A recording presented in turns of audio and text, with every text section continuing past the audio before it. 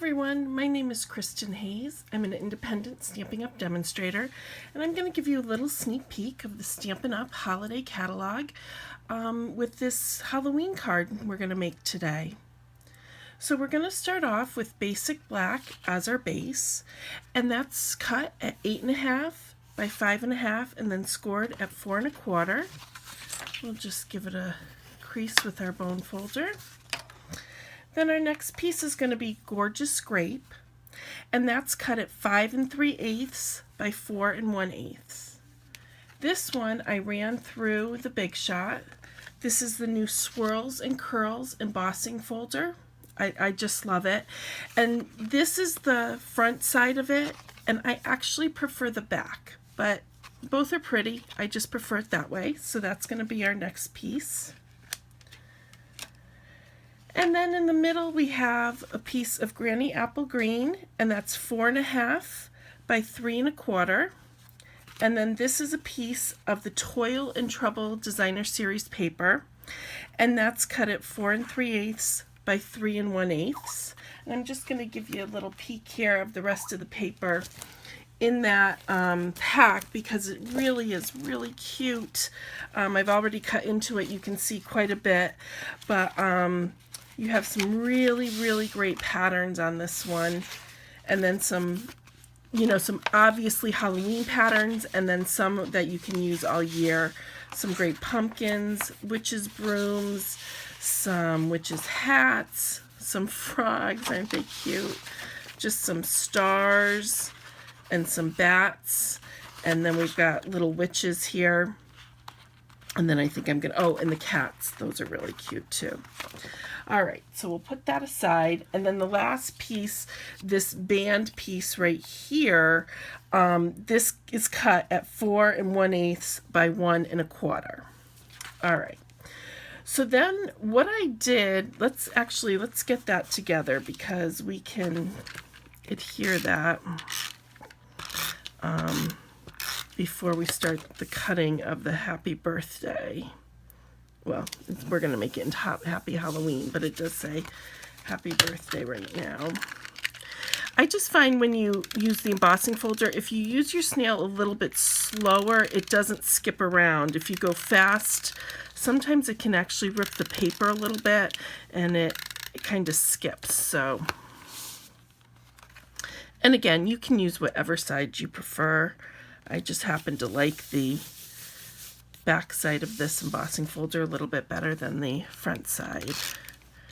All right, so we'll put this part together. Whoops. And then you don't see very much of the embossing folder anyways, but it does make a little bit of a nice accent. Okay, so then what I did is I ran the Happy Birthday Thinlits, and I ran it through twice. I just want to show you that one. I love this one. This is great, obviously, for birthdays, but you can cut out the pieces and use them individually as well. So I'm going to just use my paper snips, and I'm just going to cut around, making the H there a little bit rounded.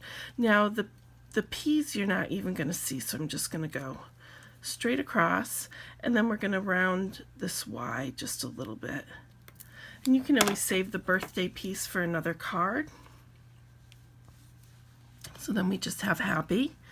We're going to do the same thing in the black.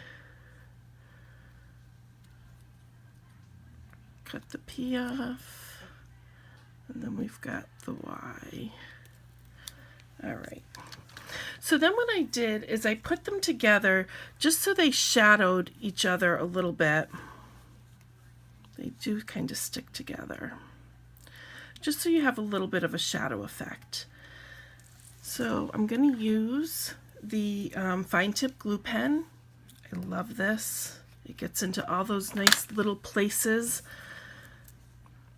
And we're just going to put a little bit. And I don't even squeeze it. I squeeze it just a tiny bit to get it started, and then I kind of let gravity take control. And you don't have to get it in every spot, but all right. I don't think I got any on this piece, so we'll hold it there. And then you're just going to offset it just a tiny, tiny bit. Or that's a lot. Let's see. Of course, on camera it goes a lot less smoothly than when I did it the first time. All right, there you go. Not perfect, but it does, you can see the black still. We'll put that aside to dry. Oops, look at that. The H is twisted a bit. There we go. All right, we'll put that aside to dry. And then what we're going to do is we're going to use a stamp from Labels to Love, and this was, I think, in last year's holiday catalog, but they've carried it over, and I'm grateful because it just has all the holidays, the fall holidays, even some Valentine's in here, and it does have a matching punch that goes with it, so it makes it very easy to punch those out. We're actually not going to use the punch today because we're going to fussy cut just the Halloween out. Oops, this is the black, the grape rather, we need the black. And this is the Memento black ink. And this is just a scrap piece of gorgeous grape. We're going to ink up. And this one I find sometimes you need to get in there just a little bit on the Halloween. And it doesn't matter if any of the other words are inked up or not. We're just going to cut that Halloween part right out. Give it a good press, and there we go. All right, so I'm just going to use my paper snips. I'm not one for fussy cutting, but this is fairly easy. Straightforward, just a little rectangle. Of course, I never do it completely even, but that's all right. All right, so then we have our little Halloween. And then what we're going to do is I have some scrap basic black, some scrap Granny Apple Green, and we're just going to layer that on. So we'll use our snail. And this, again, this is so small I don't use a paper trimmer for it. I just kind of eyeball the border that I want and cut it out. So there's the Halloween. And I'm going to use the bigger scissors. I know these are retired, but I just love them. And that way I can do it in one snip instead of having to go across a couple times. And then we're going to layer this piece right on the Granny Apple Green.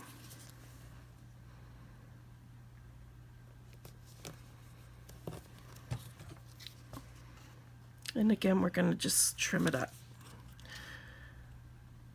If you layer it into a corner, you only have to cut on a few sides. So there's our Halloween. So the last piece we need to stamp is our bats. Let's see where I put those. I know I had them out somewhere on my table. Let's see. Hold on just a moment for me. Okay, I found them.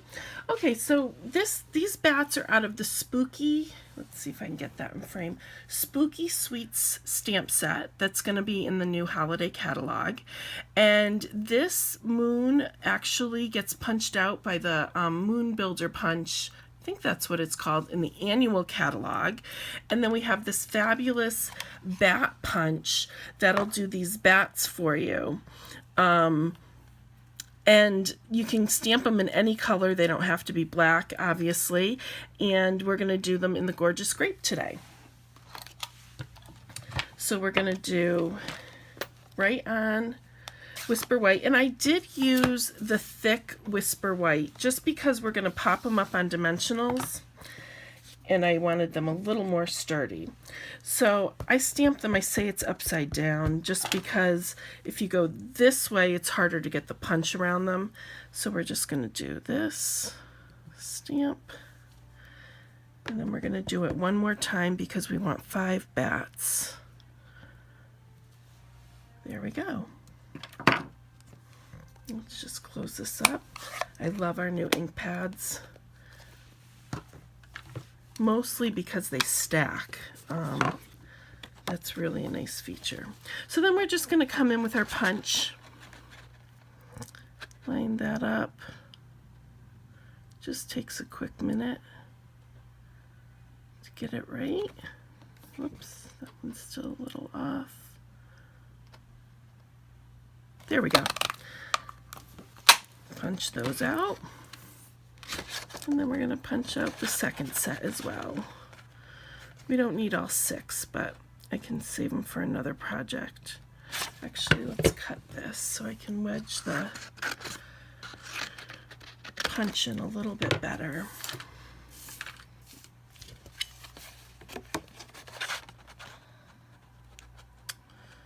Alrighty, let's see here, that's better. Get it all lined up.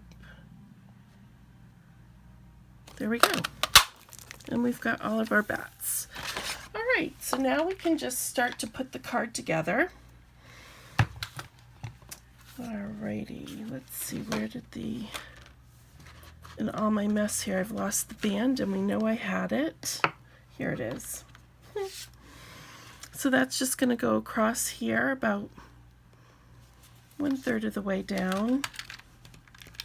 Just put a little bit of, sorry if I'm out of frame, put a little bit of snail on here.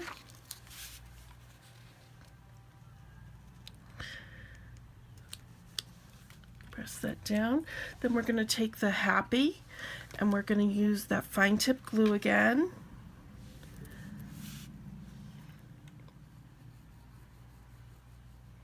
Just a little squeeze to get it started.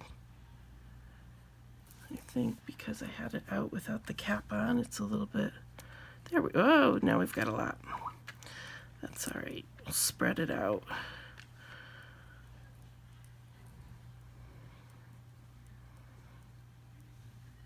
Okay. So then we're going to pick that up, wipe some of that glue off. I'm just going to grab a block to hold it for a quick minute while it dries. While that's drying, let's find some dimensionals for the Halloween.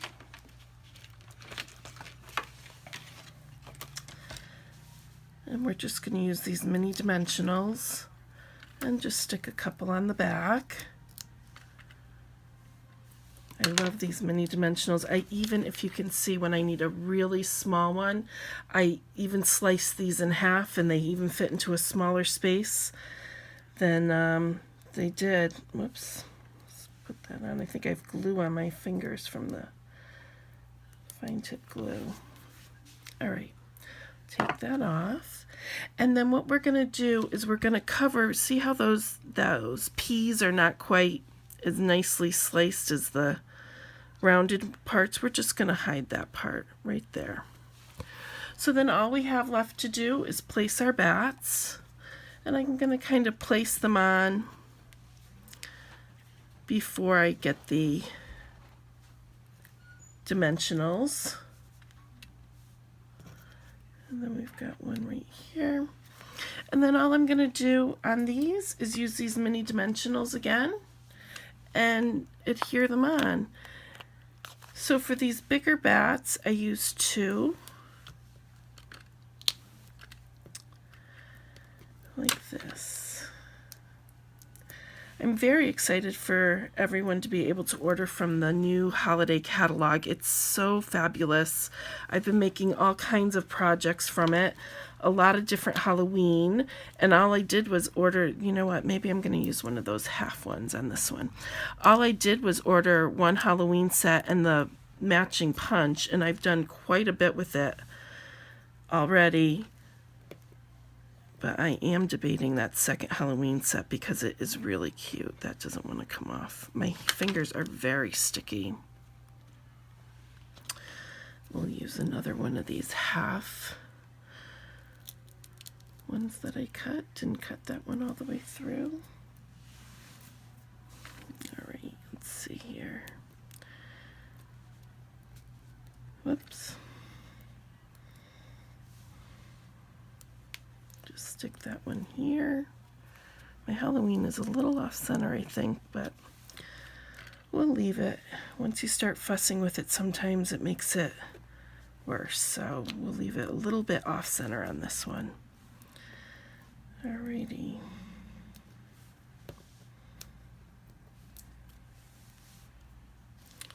And then we just got to do one more.